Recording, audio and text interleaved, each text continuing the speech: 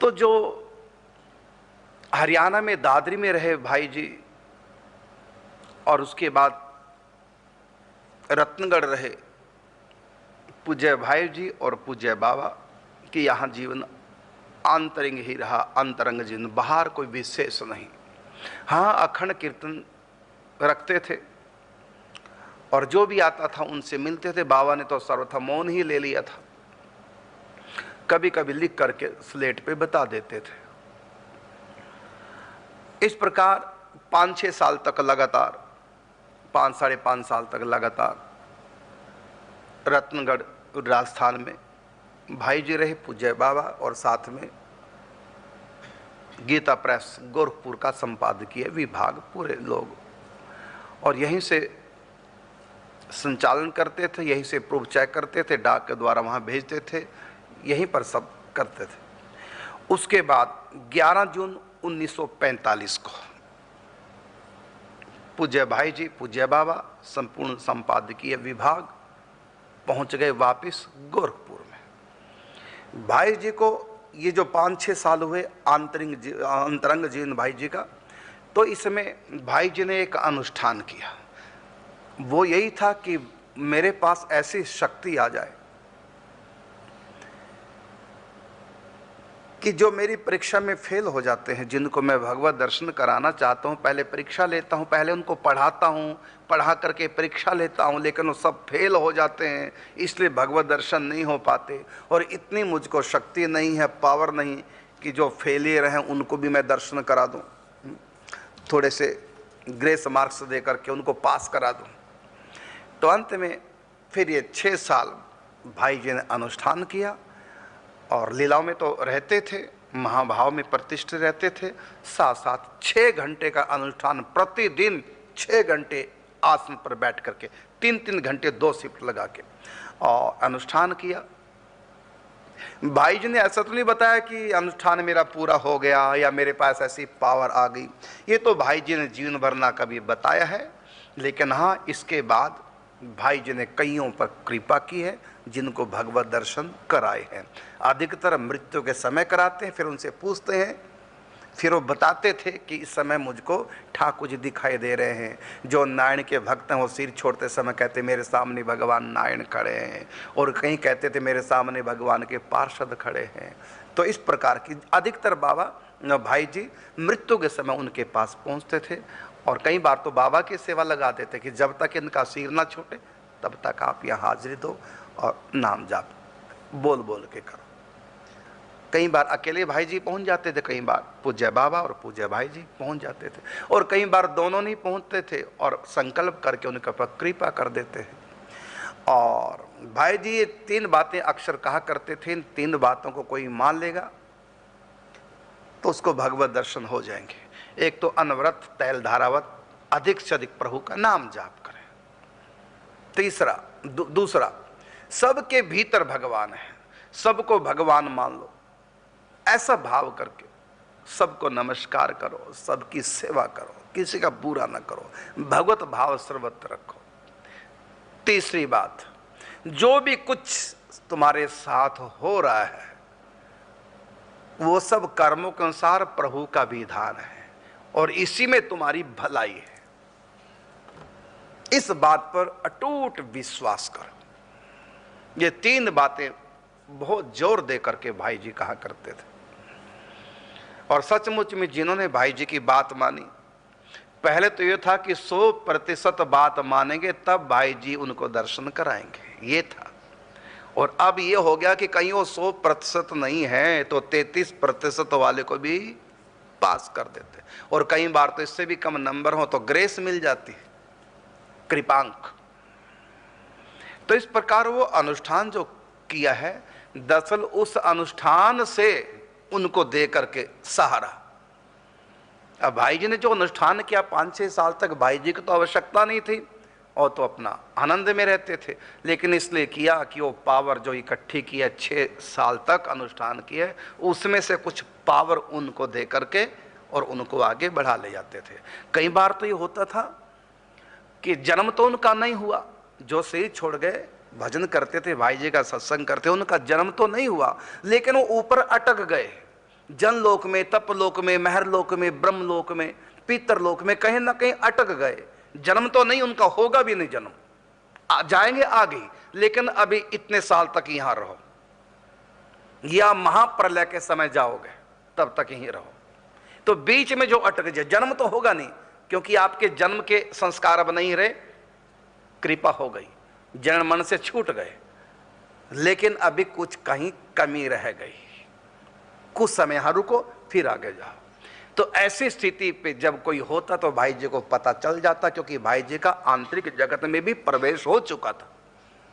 भाई जी बैठे बैठे जनलोक में क्या हो रहा है, तपलोक में क्या हो रहा है, ब्रह्मलोक में क्या हो रहा है, स्वर्ग में क्या हो रहा है, पितरलोक में क्या हो रहा है, ये सब बैठे बैठे जान जाते थे, क्योंकि भाई जी को अधिकार प्राप्त हो चुका था। वो अंतर जगत का जो संत था, संत मंडल, उसमें भाई जी को सम्मिलित कर लिया गया। और जो भी इस विश्व की धर्म की जैसे भी व्यवस्था करनी अंतर जगत के द्वारा संत करते हैं, उनमें भाई जी का भी सहयोग होता था। वहां की बातें यहाँ, यहाँ की बातें वहां पहुंचाना, किस प्रकार से धर्म की स्थापना करना। और कई बार होता था कि कोई प्राचीन प्रतिलिपि मिली है, उसको कल्याण में छपाना है, लेकिन वो इतनी फट चुकी है, इतनी जर्जर हो चुकी है, किसी के हाथ की लिखी 200 साल पुरानी, 100 साल पुरानी, लेकिन उसमें बातें अच्छी हैं, कुछ बातें पता नहीं चल रहा है, संस्कृत के श्लोक फटे हैं, अब उनको पूर्ण कैसे करें। और उनको उनका अर्थ, कई बार ऐसा होता था कि श्लोक तो पता चल रहा है, पढ़ा जा रहा है, लेकिन अर्थ इतना गूढ़ होता है। तो ऐसी स्थिति में भाई जी के पास देव ऋषि नारद जी आते, कभी अंग्र ऋषि आते, और कई बार तो भाई जी स्वयं वहां चले जाते थे सूक्ष्म देह से, और पूरी जानकारी करके फिर उसका अर्थ कर देते और कल्याण में छपवा देते। ऐसी भी स्थिति।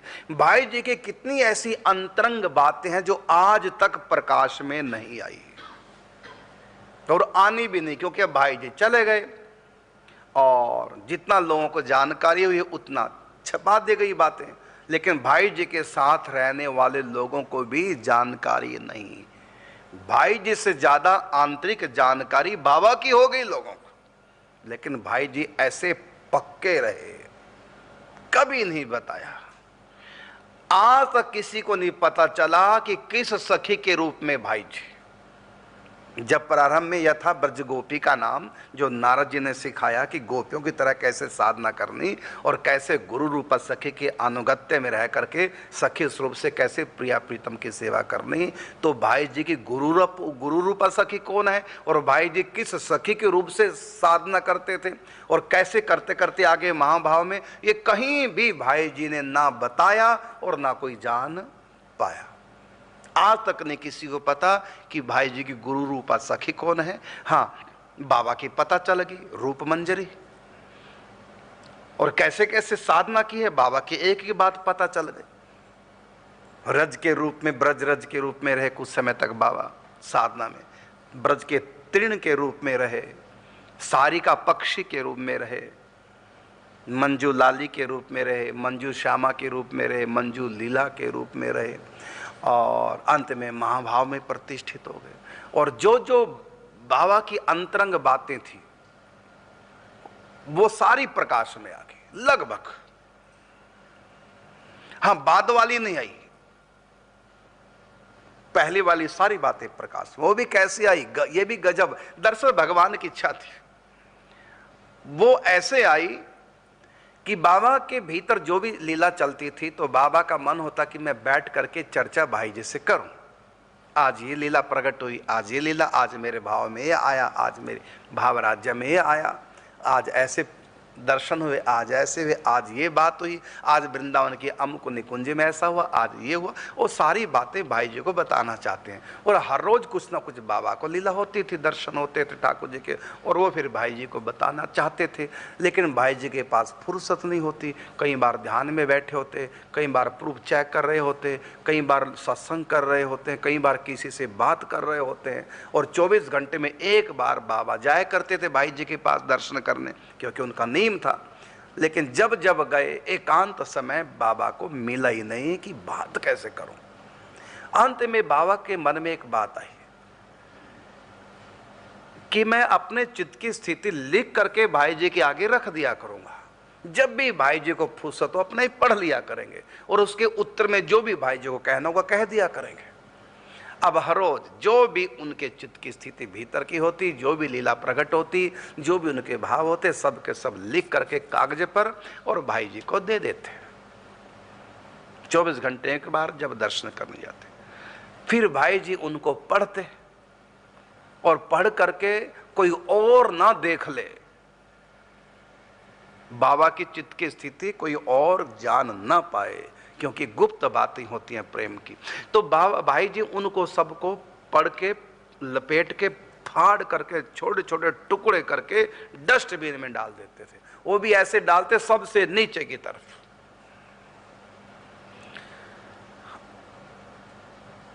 श्री गंभीर चंद दुजारी जी, श्री चिम्मीलाल गोस्वामी जी, धोनी चंद जी, गोवर्धन जी, ये सब भाई जी के परिकर थे। तो इनको हुआ कि इस पत्र के ज्यादा बारीक टुकड़े क्यों किए। फिर डस्टबिन से सारे छोटे छोटे टुकड़े निकालते, घंटों लगाते तीनों चारों महापुरुष जोड़ने में, जोड़ करके जो भी होता उसको लिख लेते। एक तो ऐसे पता चला भीतर की बात है। और भाई जी और सेठ जी के भीतर की बातें पत्रों के द्वारा जो परस्पर वार्तालाप होती थी, उसको भी पत्र डाक में जब डालने के लिए देते तो उसको फाड़ के, मतलब पत्र को पढ़ करके नोट कर लेते प्रतिलिपि, तब दोबारा बंद करके तब पोस्ट में डालते। और भाई जी के पास कोई पत्र आता, ये सब पढ़ते थे चोरी चोरी से। और वो सब चिम्मीलाल गोस्वामी जी ने अपनी डायरी में, पूरी डायरी में रखी। 1932 सन की डायरी बताओ। तो वो डायरी में सब बातें लिखी। वो डायरी श्री छोड़ गए तो उनकी पत्नी के पास पहुंच गई डायरी। श्री चिम्मीलाल गोस्वामी जी ने जब श्री छोड़ा उसके बाद वो डायरी उनकी पत्नी के पास, क्योंकि उनके संतान ही तो बाद में अपने मायके गई, भाई के पास गई। कुछ समय बाद उसका भी सिर छूट गया। अब वो डायरी उसके मायके में पड़ी रही, माने चिम्मीलाल गोस्वामी जी के ससुराल में, बीकानेर। अब वो डायरी इतनी पुरानी जीर्ण शीर्ण हो चुकी थी, उसको लेमिनेशन भी नहीं कराया जा सकता था। पुरानी डायरी, इतनी 60-70 साल पुरानी डायरी इतनी जीर्ण शीर्ण हो चुकी थी। तो देखा कि इसमें कुछ बातें लिखी है, कागज को पलटो तो टूट जाते थे बीच में, ऐसी स्थिति। अब सोचा डायरी है तो, अब वो जब वो सिर छोड़ गई चिम्मीलाल गोस्वामी की धर्म पत्नी, अपने मायके में गई तो वहाँ डायरी वहीं थी।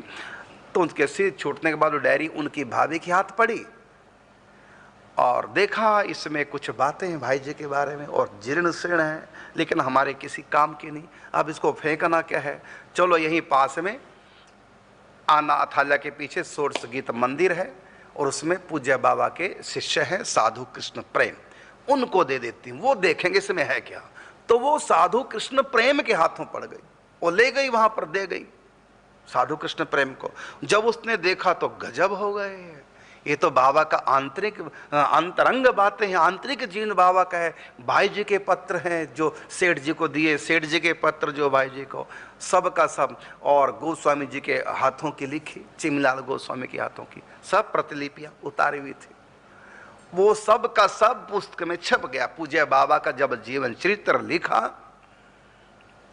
उन्हीं के शिष्य ने, सन्यासी संत, पहले उनका नाम नटवर, वही नटवर आप भूले नहीं होंगे, वही नटवर जो जिन्होंने बाबा के गले में कंठी बांधी, जिनको बाबा ने कहा था कि पहले तो भूत, तब तो भूतनी भी आ गई है।